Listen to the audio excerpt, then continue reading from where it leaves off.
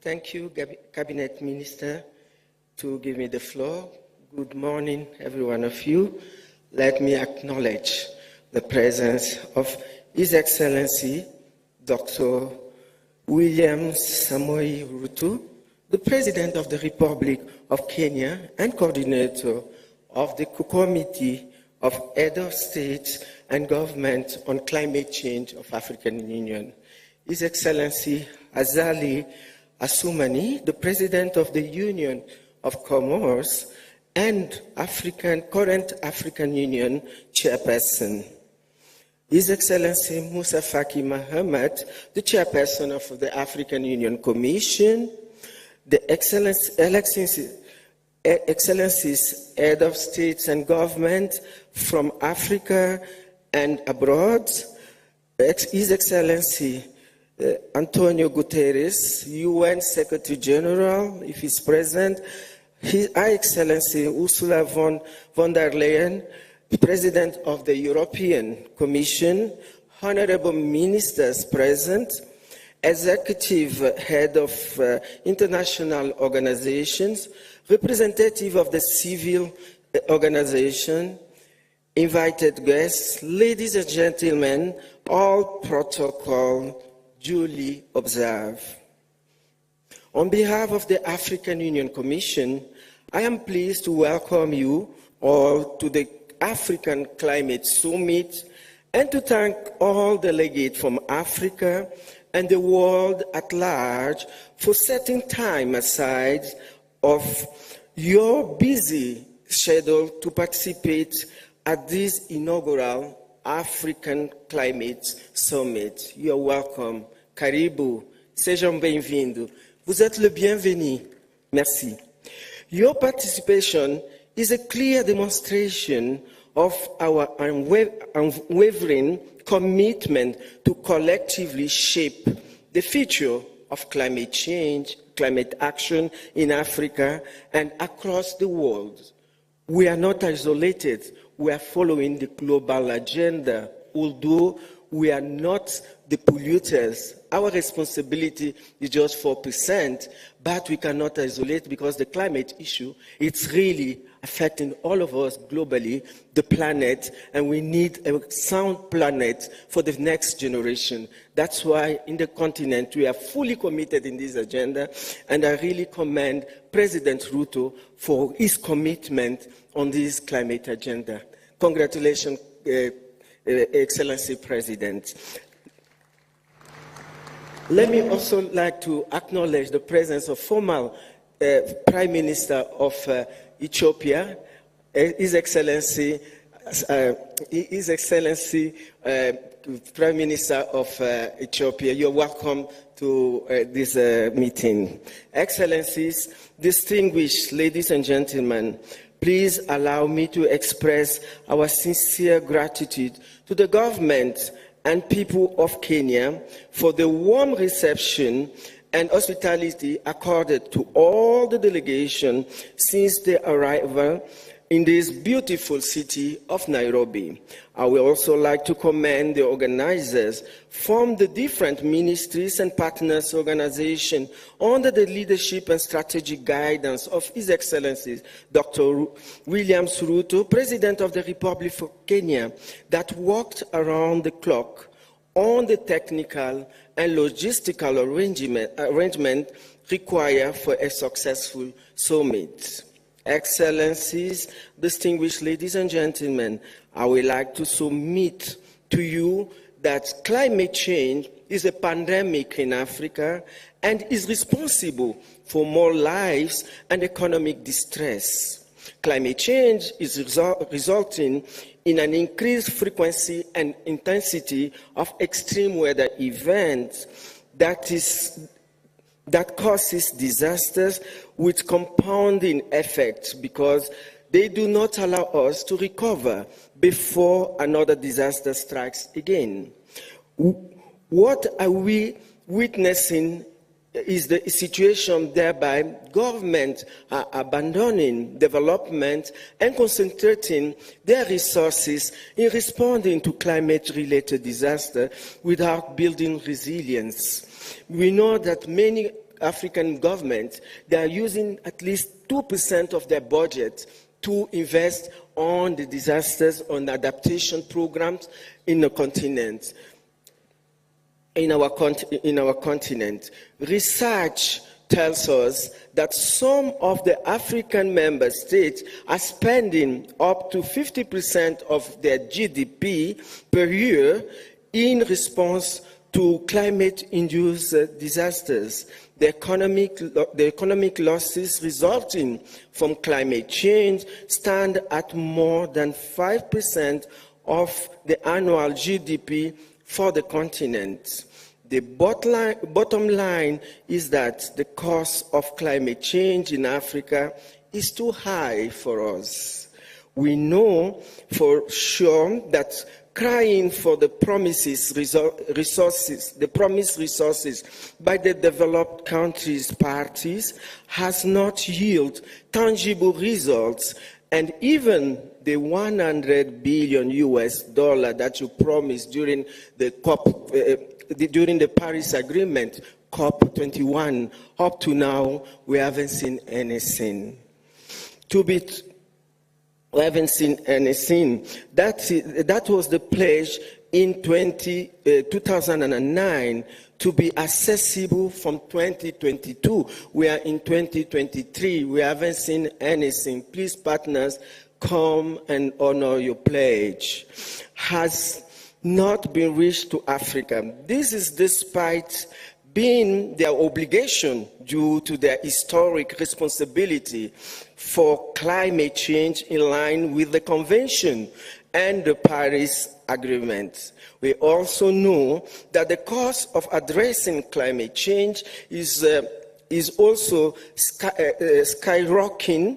For example, the revise of our NDCs for Africa will require an estimated $3 trillion of investment, US dollar investment, to implement, in addition to all the climate action, including NAPS. Africa has refused to wait and die due to climate change. We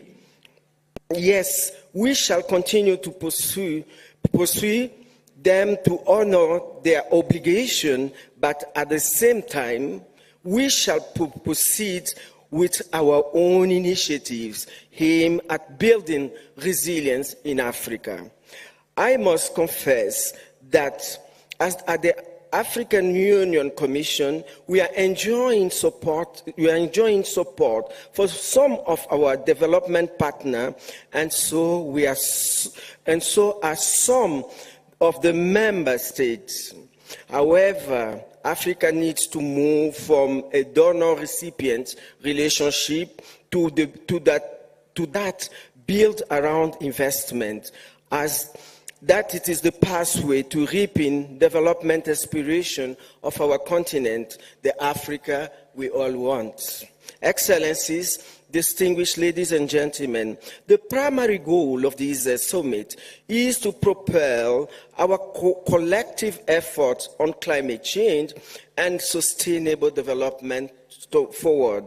The fundamental driver of success for African green transition will be the availability of resources for investment, and these must be accompanied by the strengthening of the ability of the African countries to mobilize their own resources, their own domestic resources. And I believe in Africa we can do it. We have the resources. Let us start allocating the resources on the environmental agenda when we are doing our national budget. I believe that we have this capacity.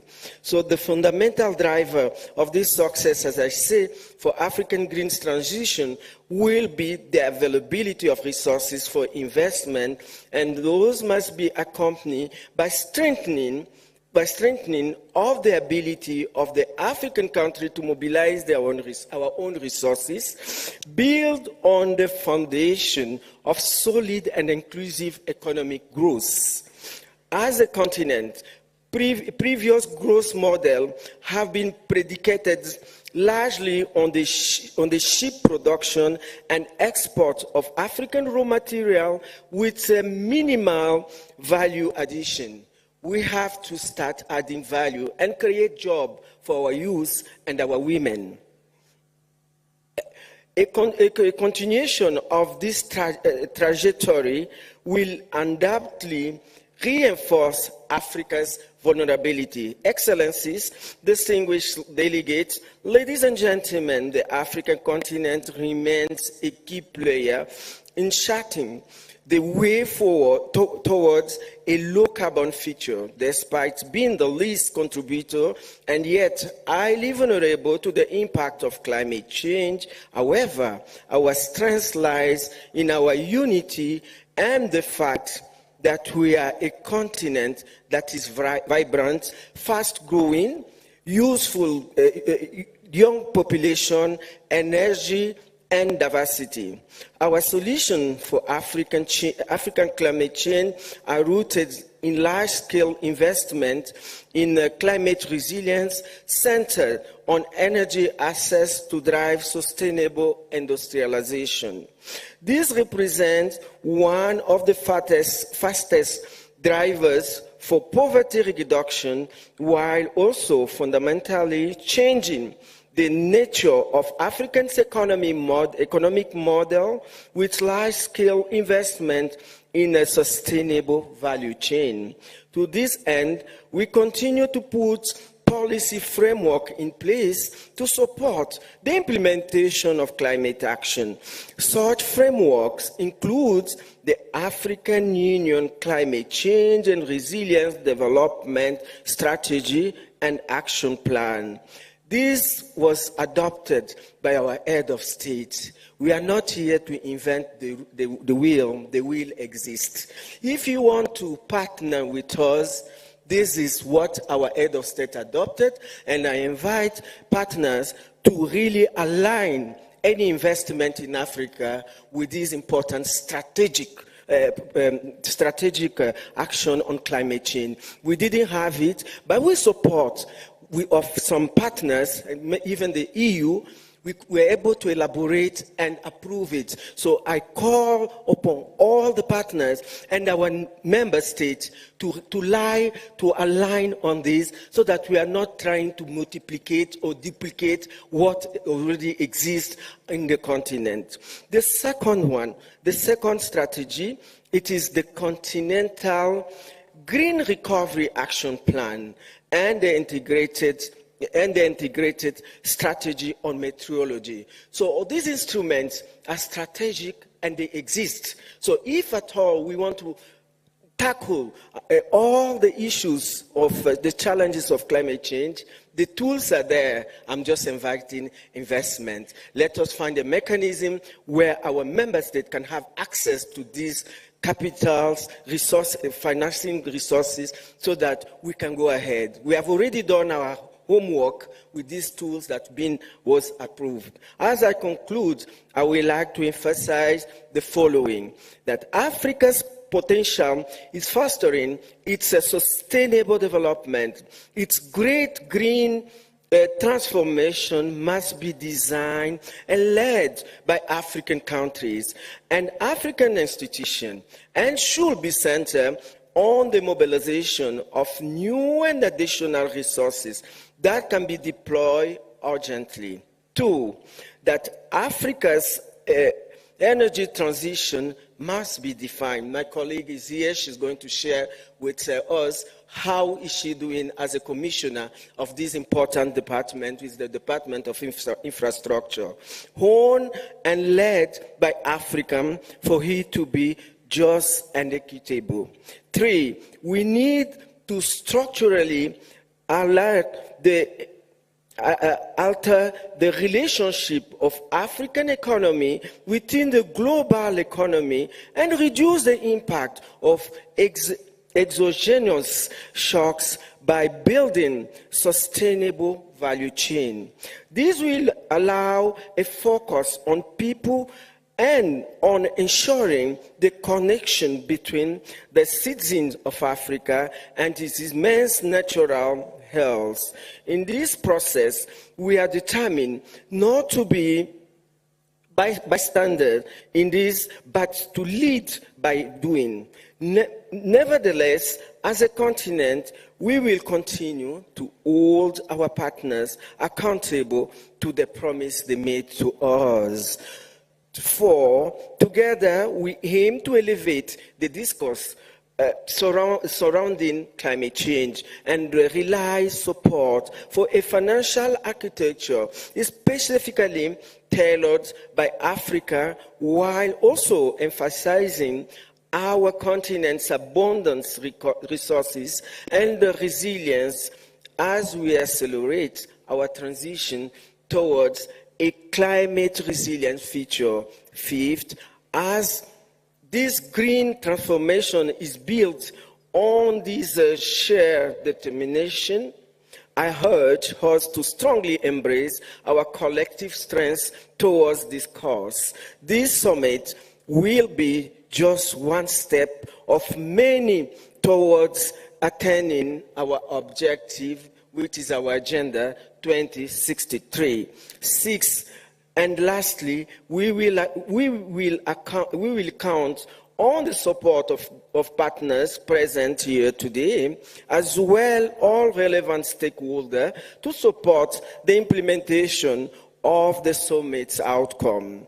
As the African Union Commission, we remain determined and committed to work with member states in addressing climate change, including the implementation of the outcome of this summit, which is the Nairobi Declaration.